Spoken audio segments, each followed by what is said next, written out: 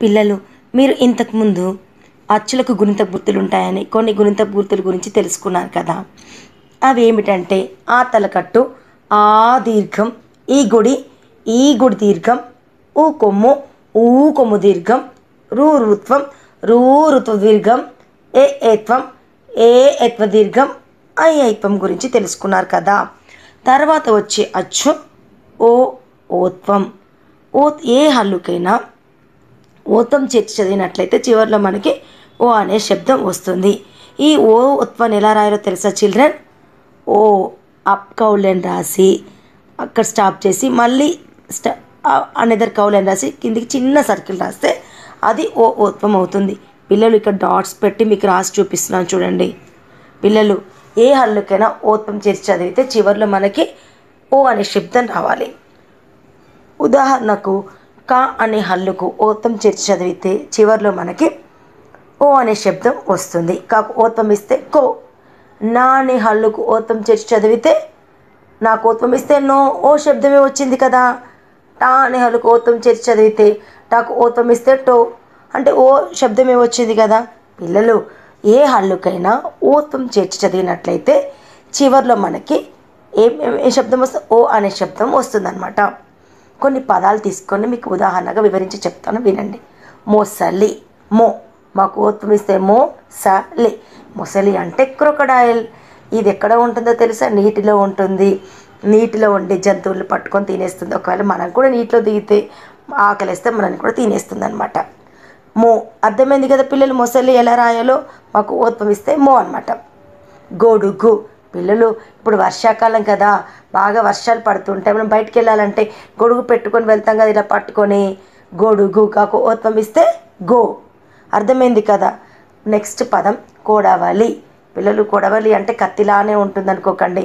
ఈ కొడవలి ఇలా యూ షేప్లో ఉంటుందన్నమాట. పట్టుకోవడానికి ఒక పిడిలాగా ఉంటుంది. ఇది పొలాల్లో గడ్డిని కోయడానికి ఉపయోగిస్తారు రైతులు. అర్థమైంది కదా పిల్లలు? పై పదాలలోని మొదటి అక్షరాన్ని మనం పలికినట్లయితే చివరిలో మనకి ఓ అనే శబ్దం వినిపిస్తుంది. గో, కో. పిల్లలు, ఓత్వం ఎలా రాయాలో మీ అందరికీ అర్థమైంది కదా. తర్వాత వచ్చే అచ్చు ఓ అంటే ఓత్వ దీర్ఘం. ఎలా రాయాలో తెలుసా? దీనికి కూడా అప్ కౌలెన్, అనదర్ కౌలెన్ రాసి సర్కిల్ రాస్తాం కదా. ఈ సర్కిల్ని కొంచెం ఇలా బయటికి తీసుకొని వస్తే అది ఓత్వ దీర్ఘం అవుతుంది. డాట్స్ పెట్టి మీకు చూపిస్తాను చూడండి పిల్లలు. ఏ హల్లుకైనా ఓత్వ దీర్ఘం చేర్చి చదివినట్లయితే చివరిలో మనకి ఓ అనే శబ్దం వస్తుంది.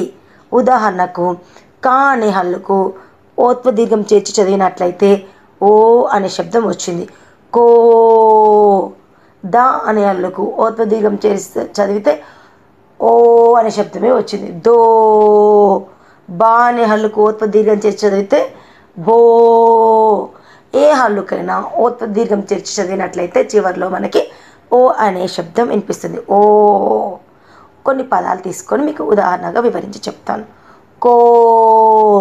కోతి. కాకు ఓత్వ దీర్ఘం ఇస్తే కో, తగుడిస్తే తి. కోతి అంటే మంకీ అంటే ఏంటి? కోతి అనేది మీకు తెలుసు కదా, ఒక చెట్టు నుంచి ఇంకో చెట్టుకి జంపింగ్ చేస్తూ దునుకుతూ ఉంటుంది కదా. దోమ.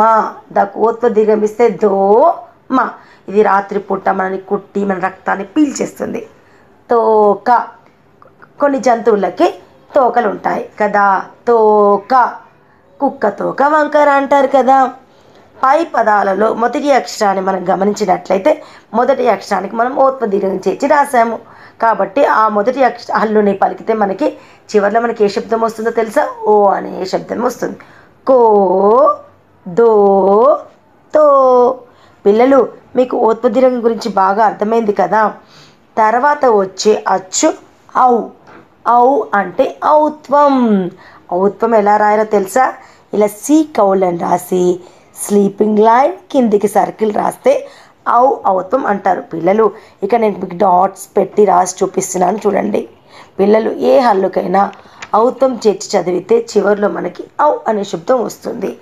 కా అనే హల్లుకు ఔత్వం చేరిస్తే కౌ అవుతుంది. నా అనే హల్లుకు ఔత్వం చేరిస్తే నౌ అవుతుంది. స అనే హల్లుకు ఔత్వం చేరిస్తే సౌ అవుతుంది. ఏ హల్లుకైనా ఔత్వం చేర్చితే మనకి చివర్లో ఔ అనే శబ్దం వస్తుంది. కొన్ని పదాలు తీసుకుందాం. మౌ, మాకు ఔత్వం చేస్తే మౌనం, మౌనం అంటే చాలా కామ్గా ఉండడం అనమాట. పౌ, పాకు ఔత్వం ఇస్తే పౌడరు, పౌడరు. మనం మొహం కడుక్కున్న తర్వాత మంచి నీట్గా ఉండడానికి మొహానికి ఏం రాసుకుంటాం? పౌడర్ రాసుకుంటాం కదా. గౌరీ, గాకు ఔత్వం ఇస్తే గౌరీ, గౌరీ. గౌరీ అంటే ఒక అమ్మాయి పేరు. ఈరోజు మనం ఏమేమి నేర్చుకున్నాము? ఇప్పుడు ఔత్వం గురించి కూడా మీకు అర్థమైపోయింది కదా. ఈరోజు మనం నేర్చుకునేవన్నీ కలిపి ఒక దగ్గర రాసి చదువుకుందాం. ఏమేమి ఇంతకుముందు రాసినవి కూడా కలిపి చదువుకుందాం నాన్న, అప్పుడు మీకు బాగా అర్థమవుతుంది.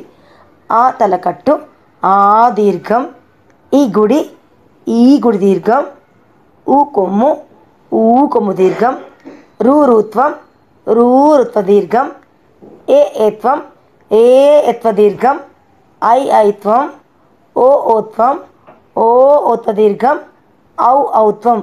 పిల్లలు మీకు అర్థమైంది కదా. ఈరోజు చదువుకున్నవన్నీ బాగా నేర్చుకోండి.